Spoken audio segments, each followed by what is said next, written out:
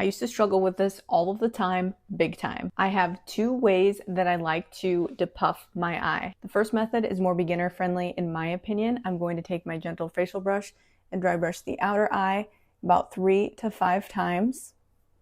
Then I'm going to go under my eye, just taking that outer edge of my dry brush and gently sweeping outwards. This one's gentle enough to use around the eye. Not all dry brushes are made the same. Gently pull upwards and dry brush over the eyebrow, and I'm going to hit below the eyebrow and above. And this is a common stuck point. It feels so good to do.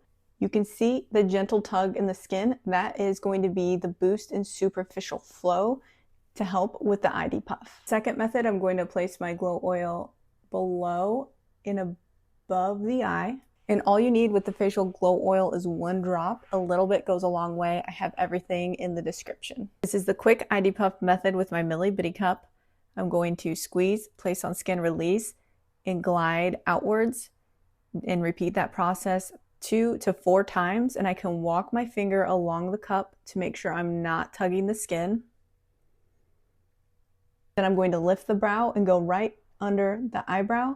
This gentle lift that I'm doing helps keep the tissue or skin nice and taut, so I can actually glide my Bitty cup under the eyebrow. And this gentle lift that you see is what's going to help boost the flow and work the tissue just a little bit deeper compared to facial dry brushing, in my opinion. So if you're looking for an easy place to get started, the facial dry brush will be it. It's very low effort and lazy to do.